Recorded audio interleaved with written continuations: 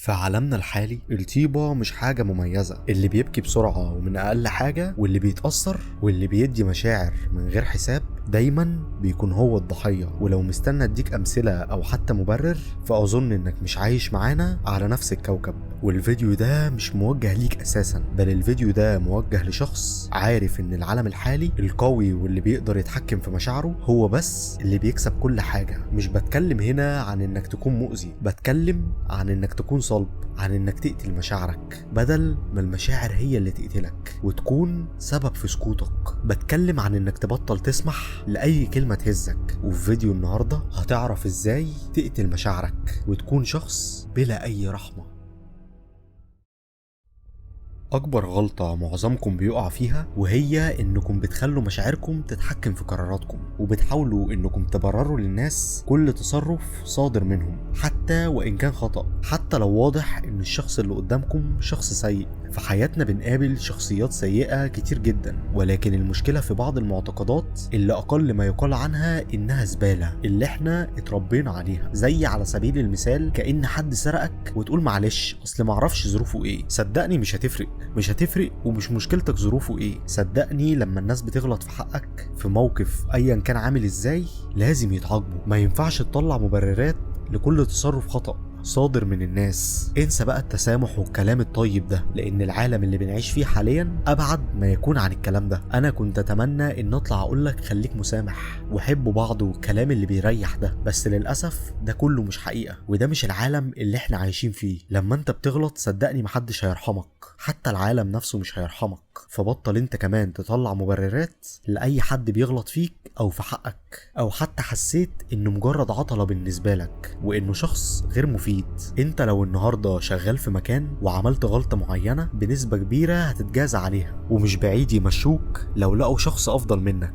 اوعى تحكم مشاعرك، حكم عقلك وبس. شوف الافيد ليك واعمله، وحط مصلحتك اولا قبل اي حد، لان كل اللي حواليك برضه حاطين مصلحتهم اولا. وكل ما تعاملت مع البشر ونزلت على ارض الواقع هتشوف حاجات كتيرة زي الندالة والنفوس السيئة وحتى الغدر. كل دي صفات بشرية ومنتشرة بشدة. طبعا في ناس كويسة، ولكن قد ايه قصاد الناس السيئين اللي في عالمنا الحالي. وطول ما انت بتحكم مشاعرك اي حد هيقدر يتلاعب بيك، ولو ما عملتش بالكلام اللي انا لسه قايله لك دلوقتي هتفضل طول عمرك ضحية.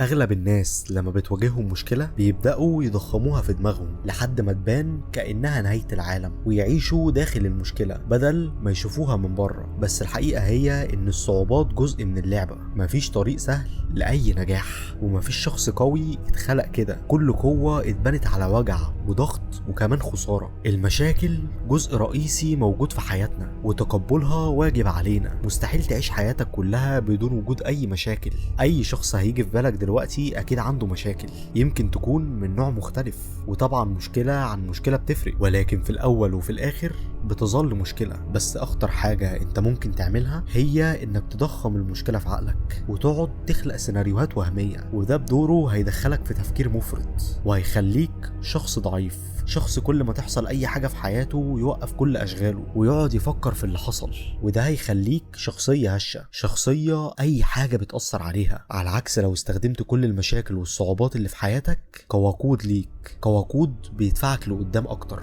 وبيخليك شخصية قوية وشرسة تقدر تواجه اي مشكلة من نفس النوع قدام. الصعوبات والمشاكل هي اللي بتصنع منك وحش. كل مشكلة بتواجهك النهاردة هي بتقويك لبكرة، وكل مرة بتنهار فيها قدام موقف بسيط انت بتدي لنفسك اشارة انك ضعيف. والمخ لما بيصدق ده هيتعامل مع اي تحدي بنفس المنطق. لكن لما تفضل واقف بهدوء حتى لو الدنيا كلها بتنهار حواليك، انت كده بتصنع شخصية جبارة، بتصنع شخصية باردة وبتعرف تحل مشاكلها بهدوء. كل حاجة في الدنيا بتعدي سواء كانت حلوة أو وحشة، مفيش أي حاجة بتفضل على حالها للأبد. فما تخليش أي حاجة تؤثر على نمط حياتك أيا كانت هي إيه. المشكلة ملهاش سلطة عليك إلا لو أنت سمحت لها بده. في عالم مليان بالخداع، اكبر غلطة ممكن تعملها هي انك تحط مصلحة اي حد او حتى اي حاجة قبل مصلحتك.